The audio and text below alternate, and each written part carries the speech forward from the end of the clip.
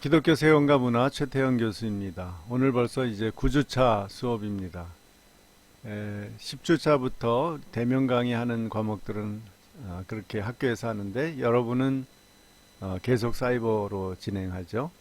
자, 제가 바라는 것은 여러분이 강의를 열심히 들어주시고 또 제가 올려놓는 강의안 그 교재 내용하고 이 강의안이 있는데 3교시, 그러니까 7교시 강의안이 있는데 여러분 꼭 봐주시기 바랍니다. 자, 그럼 수업을 시작하겠습니다. 8과 과학과 신앙은 공존할 수 있는가? 한번 보죠. 정말 과학이 신앙과 같이 서로 좋은 관계를 맺으면서 공존할 수 있는가? 예. 목차를 보면 첫째, 오래된 갈등을 넘어서, 둘째, 무신론의 추정도 하나의 신념이다. 셋째, 과학에서 신앙을 분리하면 안전할까. 넷째, 신앙과 과학은 함께 가야 한다. 우리 이제부터 한번 슬라이드 쇼로 볼까요?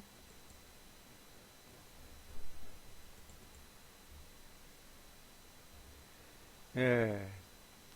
이 장면은 유명한 갈릴레오 갈릴레이가 로마의 교황청에서 종교 재판을 받는 모습을 그린 거죠.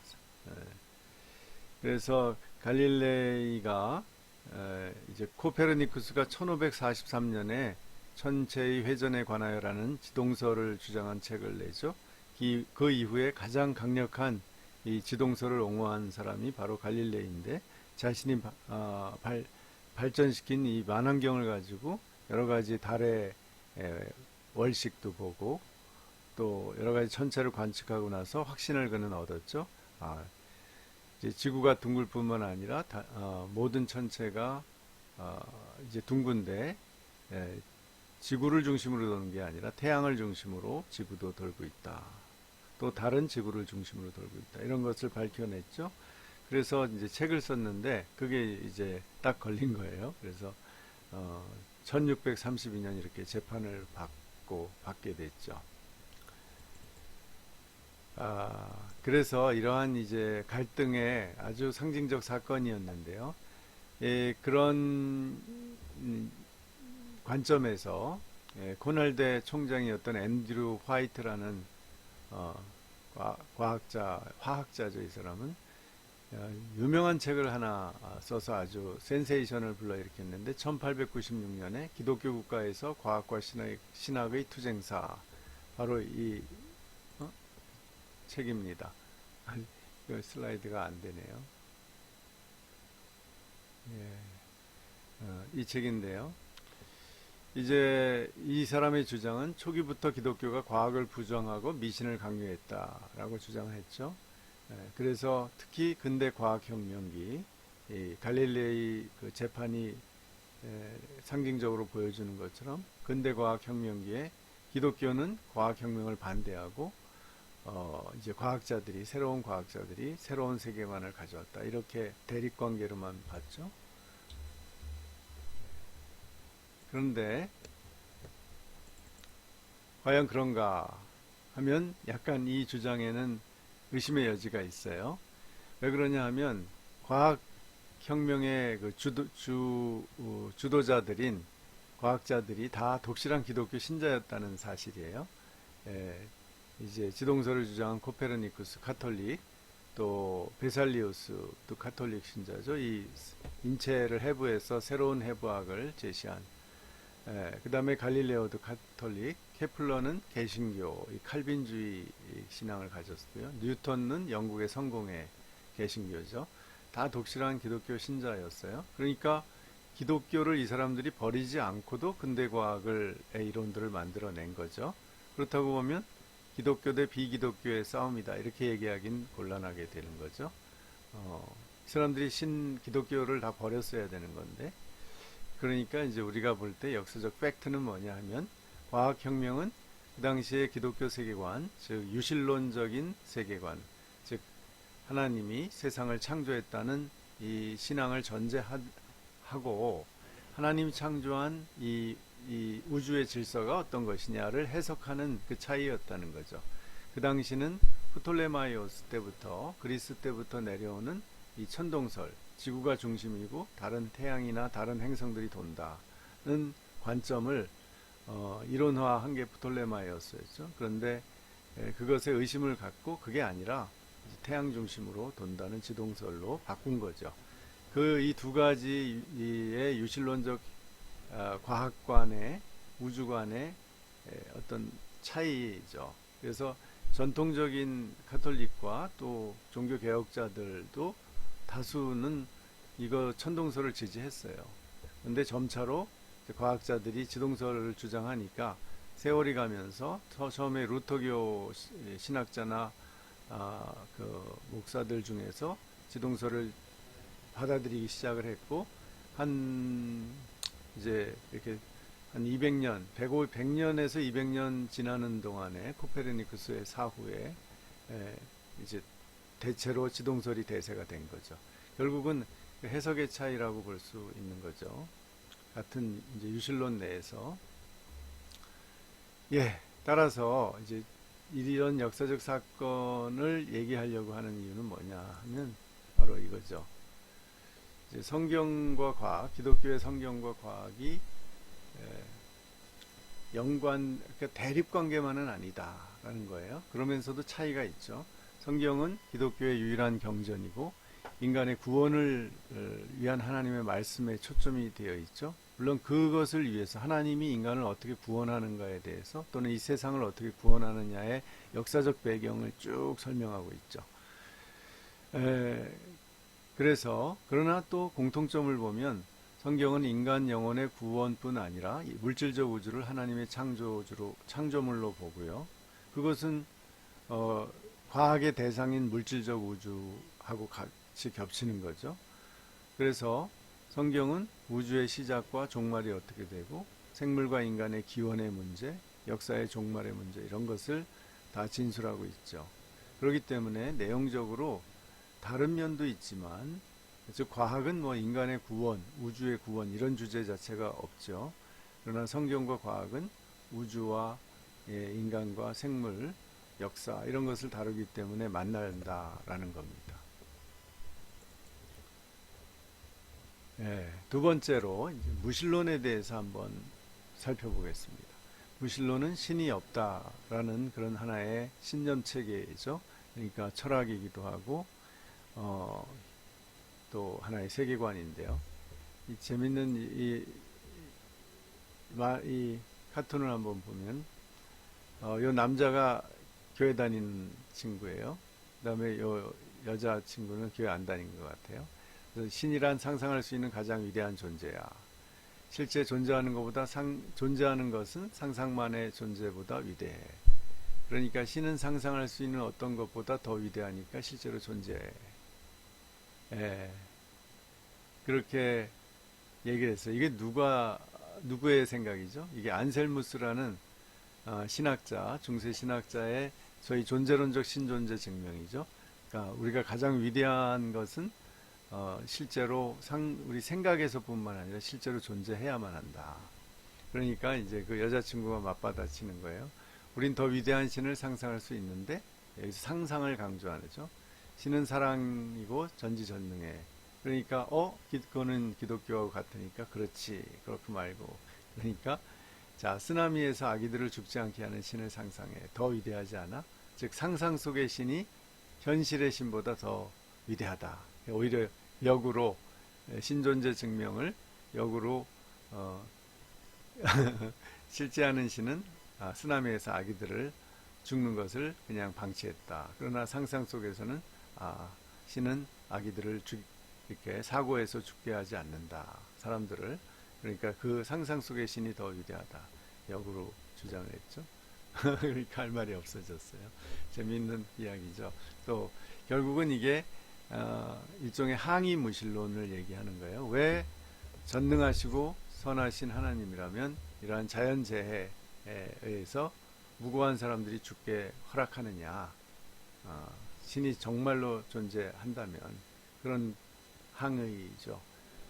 여기에 대한 기독교의 답은 이 타락한 현실에서 하나님이 그것을 허용했다는 거죠. 자, 그런데 이러한 무신론, 그러니까 하나님이 없다, 신이 없다라는 주장, 이걸 무신론의 추정이라고 해요. Presumption of Atheism 해서 무신론의 가정이죠. 그래서 신의 존재에 대해서 실제로 보이는 게 없기 때문에 또는 실제로 하나님이 인간을 이렇게 어떤 그 자연재해나 악한 상황에서 구해주지 않는다는 그 증거가 없기 때문에 신은 없다고 추정해야 된다라는 거예요. 이게 바로 대부분의 무신론자나 실증주의자의 입장이죠. 즉, 감각할 수 없는, 감각되지 않는 존재는 없다라는 거죠. 이것을 이제 철학적으로 아주 체계적으로 주장한 학파가 바로 논리실증주의인데, 물론 마르크시즘도 그렇게 마르크스가 주장을 했죠. 이 사람들은 이제 마르크스주의하고 이 사회 이념으로는 반대 입장이죠. 보수적인 사람들인데 대부분 유대인들이었어요. 그럼 마르크스도 유대인이었네요. 20세기 초반에 오스트리아의 비엔나 대학에서 그 철학과 교수인 슐리글 중심으로 해서 모인 사람들인데요. 이 사람들은 러셀과 초기 비트겐슈타인의 영향 아래서 검증주의를 철학적 신조로 채택해요. 이 검증주의라는 것, 베리피케이셔니즘이라는 것은 뭐냐는 것은 검증되는 것만 의미가 있는 언어다라는 거예요. 즉, 감각적으로 검증되지 않는 주장들, 명제들은 다 무의미하다. 신은 존재해. 말이 신이 감각되지 않는데 어떻게 존재한다는 주장은 아무 의미도 없다. 존재는 선하다. 그러면 존재하는 모든 것들이 선한지 악한지 우리가 증명할 수 없기 때문에 무의미하다. 역사의 종말이 있다. 종말을 아직도 우리가 경험해보지도 않고 알 수도 없는데 이런 말 자체가 무의미하다. 또는 아름다움이 존재한다. 그런 것도 아름다움이라는 게 어떤 객관적인 어떤 감각적 기준이 있는 것이 아니기 때문에 이런 것도 무의미하다. 그러니까 많은 종교와 형이상학과 윤리학, 미학 이런 것이 다 이제 무의미하다고 봤죠. 좀 극단적이죠, 이 사람들이. 자, 그래서 그 대표적인 무신론자가 러셀인데요. 러셀은 영국의 귀족 출신인데 아주 재밌는 사람이죠. 그래서 이 사람의 이제 초기의 사상을 논리적 원자론이라고 그래요. 로지컬 아토미즘이라고 해서 모든 명제는 감각 경험과 1대1 대응된다는 거예요. 즉 어떤 명제에 이것은 빨간 사과다라는 명제가 있으면 그 반드시 빨간 사과하고 1대1로 대응된다라는 거예요. 그러니까 모든 사실은 한 명제로 문장으로 언어로 표현할 수 있다. 이게 논리적 원자론이에요. 근데 이런 사상을 바탕으로 해서 그가 종교에 대해서도 반대하고 과학적 그 대안으로서 과학을 제시해요. 그리고 과학적 윤리를 제시합니다. 유명한 책이 있죠. 나는 왜 기독교인이 아닌가, 크리스천이 아닌가. 이 책에서 이렇게 자기의 이상을 얘기합니다. 훌륭한 삶이라는 것은 사랑에 의해 고취되고 이것은 인간적 사랑이에요. 과학 지식으로 인도되는 삶이다는 거예요. 즉 지식은 과학에서 얻고 또 그 어떤 삶의 의미와 기쁨은 만족은 사랑에서 얻는다. 그래서 이 사람은 평생 4번, 5번 결혼했어요. 그러니까 자기가 이렇게 어떤 여자를 사랑하면 그냥 쫓아가서 이혼하고 쫓아가서 그 사람하고 사는 거예요. 그러니까 이 사람이 말한 사랑은 피카소랑 비슷하게 그런 인간적인, 감성적인 사랑이죠.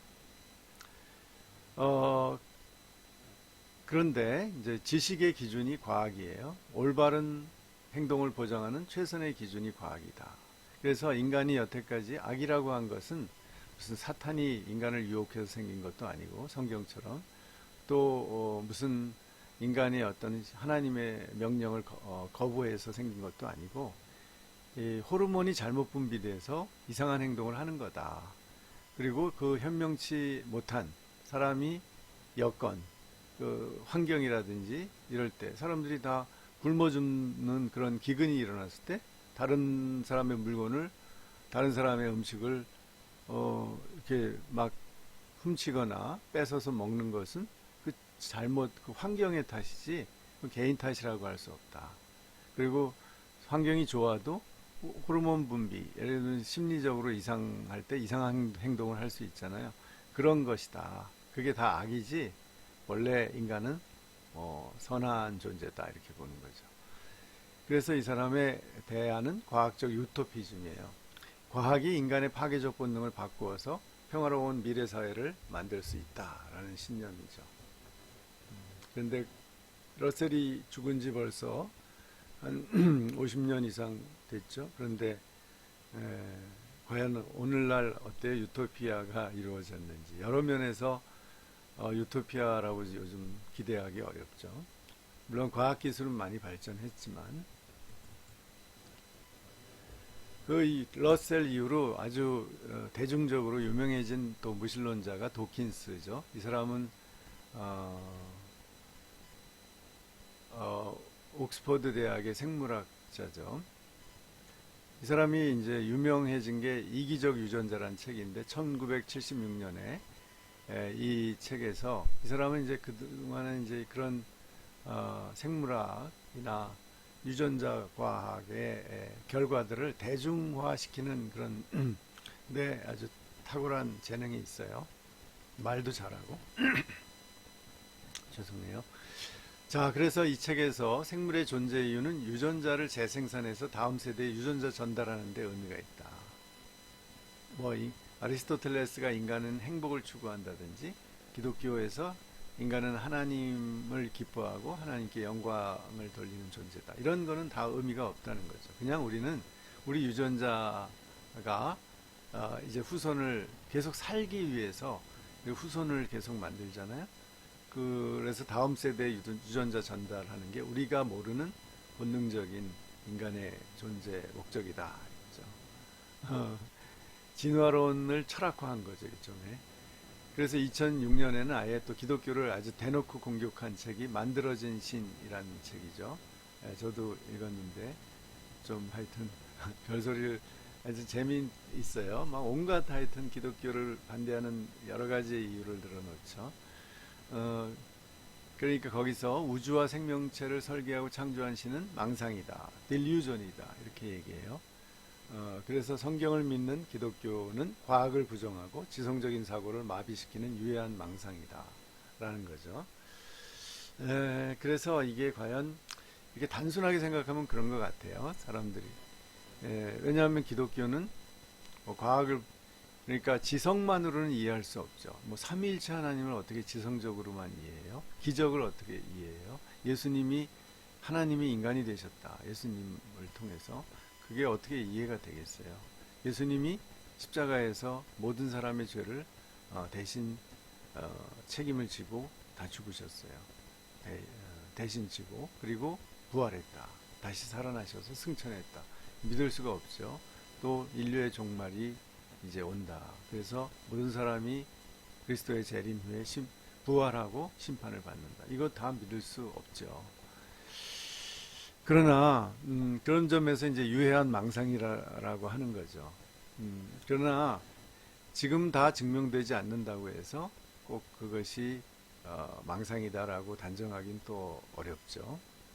하여간 이 러셀과 도킨스의 무신론적 주장은 믿을 수 있는 것은 오직 인간의 감각 경험뿐이다. 그리고 그 감각 경험을 파악하는 수단은 오직 과학이다 라는 확신을 가지고 있는 거죠.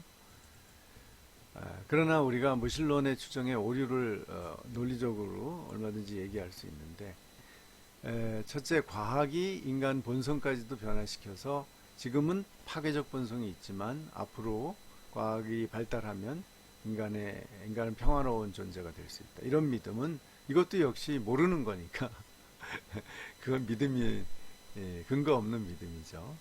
두 번째, 어떤 감각 경험이 없다고 해서 그 존재가 완전히 없다라고 증명했다라는 것은 논리적 오류예요.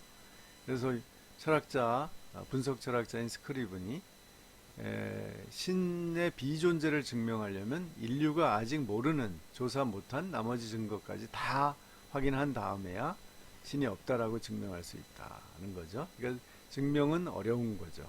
신은 우리가 현재 가진 실증적 증거보다 더 다른 종류의 증거를 남겼을 수 있다. 우리가 지금은 확인을 못하지만 다른 증거가 있을 수 있다.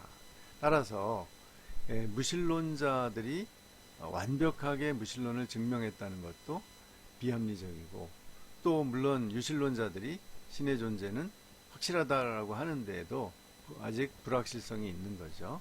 철학적으로 볼 때. 이제 그러면서 이 무신론자의 추정이 반드시 맞지 않다는 걸 이제 이직론적으로 지금 비판한 겁니다.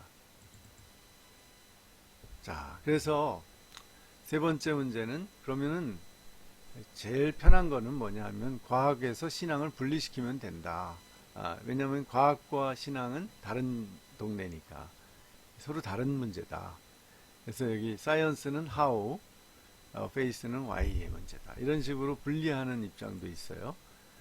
이 사람들은 이제 종교를 이렇게 함으로써 기독교가 나름대로 맞는 부분도 있다. 이렇게 이제 의미 있는 영역이 있다. 이렇게 주장하고 싶은 거죠. 그러나 이제 이것을 이제 저는 비판하고 싶습니다. 이제 신앙을 과학하고 연결시켜서 증명하는 시도 자체를 부정을 해요. 그래서 종교와 과학이 전혀 별개이기 때문에 각자 자기 일에만 관심을 가지면 된다. 그럼 제일 편합니다. 그리고 서로 존중한다면 이것도 하나의 방식이에요. 종교가 과학이 공존하는. 그러나 문제는 이제 조금 이따 얘기할게요.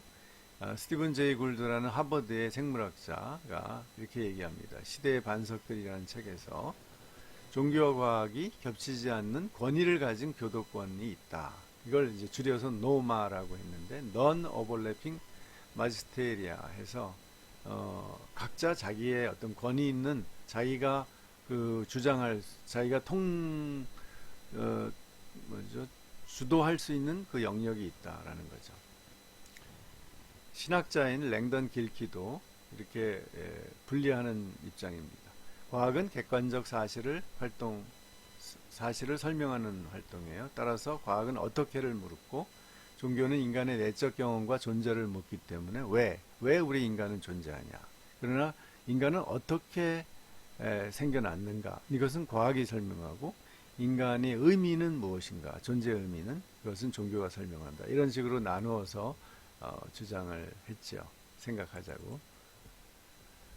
그러나 분리주의의 문제점이 있는데, 이제 이 그림을 보시면 여기 그림에 이렇게, 이것이 유명한 달리의 초현실주의 화가 달리의 그림인데, 이 원래 제목은 이게 십자가의 성 요한이라는 거예요. 근데 이 십자가가 하늘에 떠 있죠. 그리고 이제 달리의 부인이 쳐다보고 있는 건데, 마리아처럼, 자기 부인을 마리아처럼 그렸어요. 그런데 이런 십자가는 없잖아요. 공중에 떠 있는 십자가는 우리의 상상 속에, 환상 속에 있는 거죠. 실제로는 십자가는 땅에 박혀 있었고, 거기에 실제로 피를 흘리면서 예수 그리스도는 매달려서 죽으셨죠. 그러니까 만약에 이 십자가의 죽음이 사실이 아니고 사실이더라도 증명될 필요가 없다면 결국은 기독교가 이제 사실을 주장할 수 없는 거죠. 기독교는 팩트다라고 주장할 수 없는 거죠. 일종의 초현실적 종교가 되는 거죠. 그러면 사실 기독교는 별로 힘이 없는 겁니다. 그래서 하나님이 인간으로 태어나셨다는 성육신, 그리스도의 십자가의 죽음과 대속, 또 부활, 이 사실이 아니라도 그냥 상관없다. 이렇게 주장한 신학자가 이제 20세기 중반에 불트만이라는 신학자죠. 독일 유명한 신학자인데, 역사적 사실과 그 의미를 분리하자는 거예요. 그러니까 역사적 예수와 우리 신앙의 그리스도는 분리할 수 있다. 이렇게 주장했죠. 뭔가 우리가 의미만 얻으면 된다. 사실이 아니더라도 괜찮다. 이렇게 주장하는 거죠. 이거는 기독교를, 성경을 읽어보면 절대로 그렇게 얘기 안 하죠. 이것은 사실이다. 실제로 다윗이 있었고, 예수님이 있었고, 예수님이 죽은 자를 살렸다. 이렇게 얘기하죠. 그것을 우리가 믿는 거죠. 그래서 우리도 부활할 것을 믿는 거죠. 자, 그래서 이제 마지막 입장, 기독교 세계관의 입장은 신앙과 과학은 함께 가야 한다라는 겁니다. 여기 이쪽이 신앙이고 이쪽이 과학이에요. 그래서 같이 가는 거죠. 그래서 우리가 그런 예를 보기 위해서 하나님을 믿는 과학자들을 살펴보려고 해요. 2009년에 미국 과학 발전을 위한 연합, 이걸 AAAS라고 하는데, 여기 회원이 다 과학자죠. 그 중에 3분의 1이 주로 기독교, 또 그 다음에 일부 유대교, 또 이슬람교 이렇게 가지고 있다. 다 유신론의 테두리에 들어간다는 거죠. 과학자의 3분의 1이 종교인이다라는 거예요. 그리고 기독교 신앙인으로도 유명한 과학자들이 꽤 있어요. 예를 들면 미국의 식물학자인 아사 그레이, 이 사람은 19세기 후반하고 20세기 초반에 활동했죠. 그 다음에 러시아 정교회 신자인 생물학자 도브잔스키, 또 하버드 대학의 천문학자 오웬 진저리치, 또 인간 게놈 지도를 완성한 유전학자 프랜시스 콜린스, 또 우주 배경 복사로 노벨상을 수상한 아르노 펜지아스, 뭐 그 외에도 많지만 아주 유명한 사람들이 이런 과학자들이 있다. 이 사람들은 하나님을 증언하는 성경과 사실을 설명하는 과학이 공존 가능하다. 그 근거는 하나님이 바로 과학의 대상인 이 우주, 자연 세계를 만들었기 때문이다. 라는 거죠. 그래서 이 과학과 신앙은 인류의 미래를 위해서 공존해야 된다라고 주장을 하는 겁니다. 대표적으로 프랜시스 콜린스가 최근의 과학자인데요. 인간의 DNA 구조를 밝히면서 이것을 신의 지도라고 책을 썼어요. 즉 그 얘기는 뭐예요? 상징적으로 DNA도 하나님이 만드신 우리 생물체 안의 지도다 이러는 거죠. 성경의 신이 곧 게놈의 신이다. 즉 하나님이, 성경에서 말하는 그 하나님이 바로 게놈을 만드셨다 라는 거죠. 유전자를 만드셨다는 거죠.